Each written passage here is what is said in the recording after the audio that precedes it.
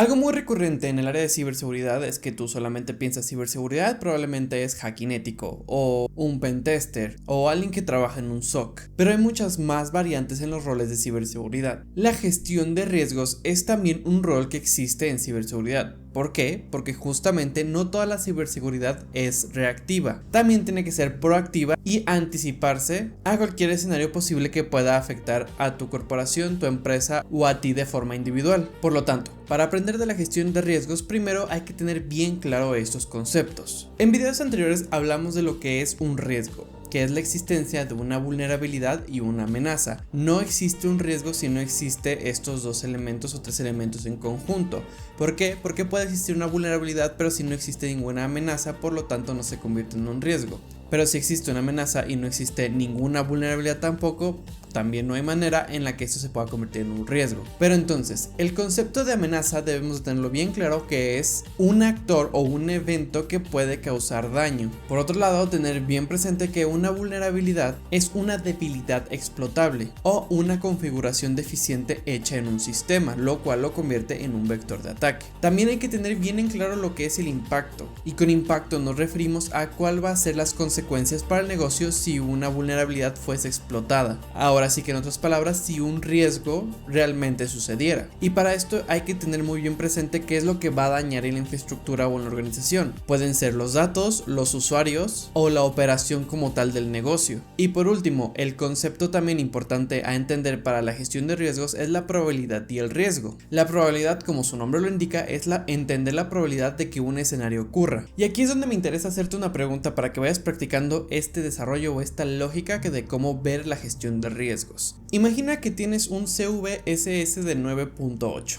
Recordemos que el CVSS es un score, un valor que se le pone a una vulnerabilidad y la probabilidad en base a muchos otros factores de qué tan dañina puede llegar a ser. Entonces, retomando, tienes este CVSS de 9.8 que se encontró en un laboratorio que se encuentra aislado. Entonces, ¿tú consideras que resolver esta vulnerabilidad es más importante que una configuración media que necesita hacerse en un servidor que se encuentra en producción? Porque el valor es altísimo, entonces significa que esto es la prioridad número uno que yo le tengo que dar. Y creo que ya tiene la respuesta, pero eso es un no, porque hay factores que necesitas considerar más allá de solamente un valor de lo que pueda considerarse un riesgo alto o las consecuencias altas de un posible ataque. Entonces hay que tener bien presente esto. Un riesgo es esta posibilidad de que una amenaza se aproveche de una vulnerabilidad y que genere un impacto, considerando contextos, controles y los activos de la compañía. Ahora que separaste estos conceptos, veamos cómo una empresa convierte toda esta información en decisiones. Usualmente las empresas grandes, ¿no?, o las empresas de cualquier tipo, para poder cumplir con este análisis de cómo gestionar sus riesgos, realizan un risk assessment o una evaluación de riesgos. Esto se busca más que nada no solamente por tener el papel y decir que están en compliance con lo que se requiere para ser seguros,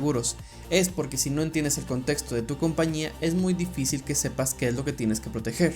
Entonces, al realizar un risk assessment es muy importante iniciar a entender lo que son los activos de la empresa, porque los activos pueden ser desde equipos de cómputo que se les presta a los empleados, datos que se almacenan y se procesan, e incluso los mismos procesos del negocio. Todo esto puede ser un activo. ¿Por qué un proceso puede ser un activo? Porque justamente si estás en manufactura, si un proceso falla, si un proceso es interrumpido, esto puede afectar al negocio gravemente.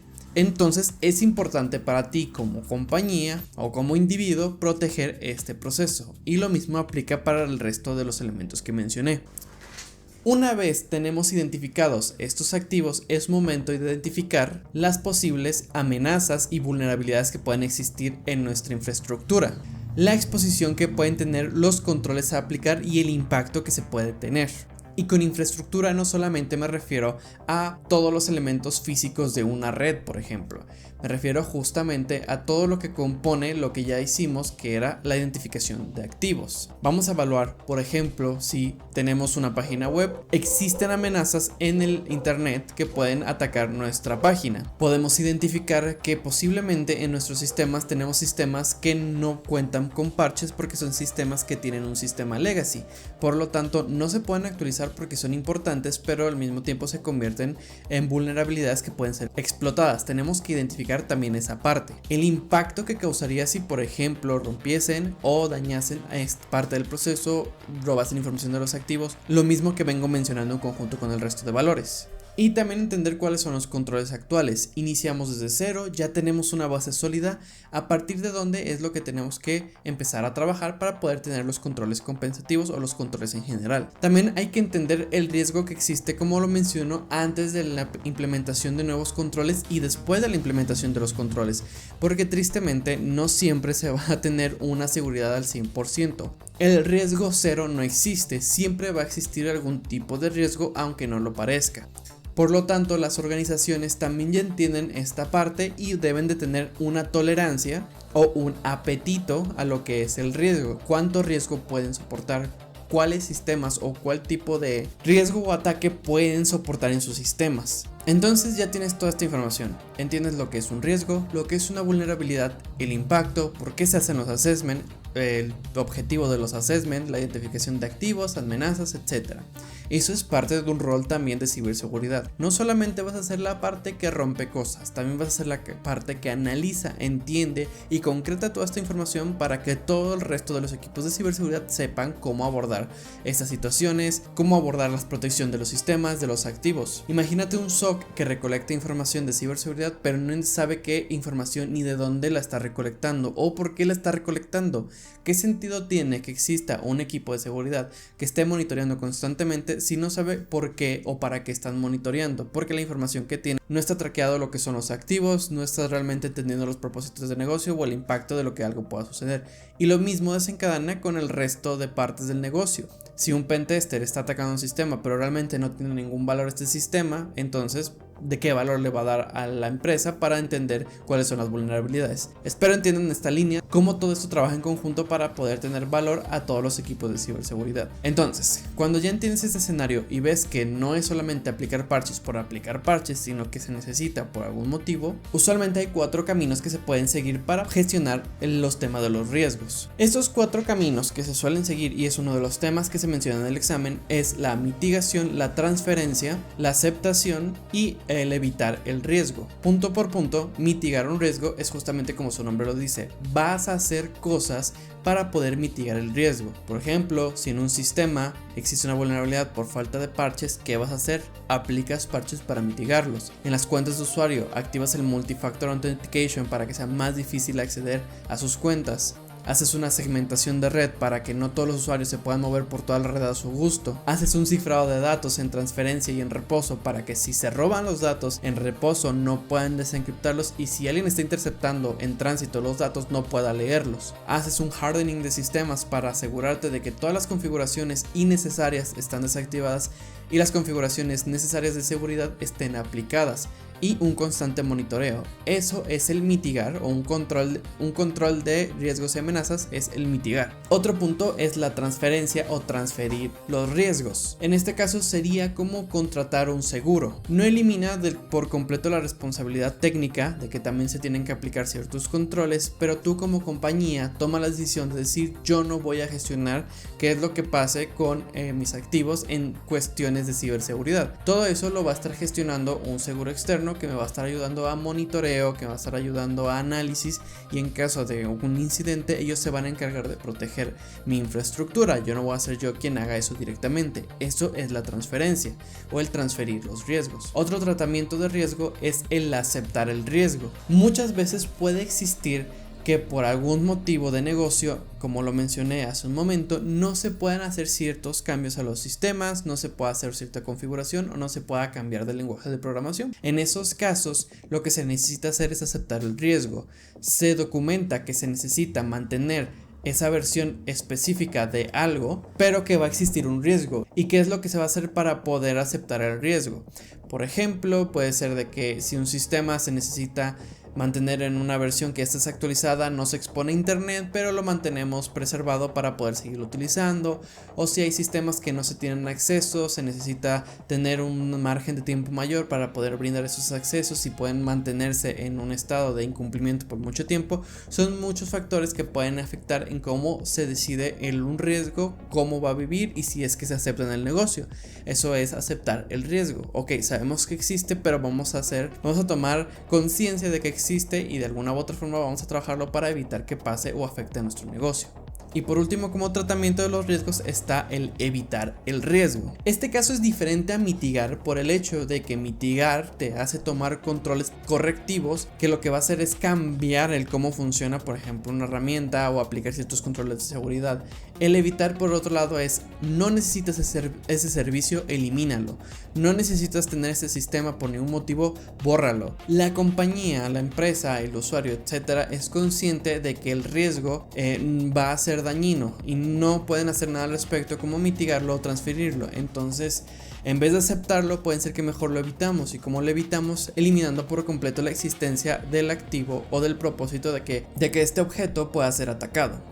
Un ejemplo práctico de cómo funciona el tema de los riesgos en la gestión de los mismos. Una manera práctica de aprender más de la gestión de riesgos puede ser gestionando laboratorios internos. Ahí mismo tú te vas a dar cuenta de muchas cosas. Por ejemplo, yo he estado trabajando en un proyecto de threat hunting. Estoy aprendiendo threat hunting, por lo tanto hago threat modeling y ese tipo de actividades. En este caso, uno podría preocuparse a veces más por la importancia de cómo usar una herramienta, cómo configurarla y cómo encontrar información. Pero volvemos a lo que ya tocamos a lo largo de este video.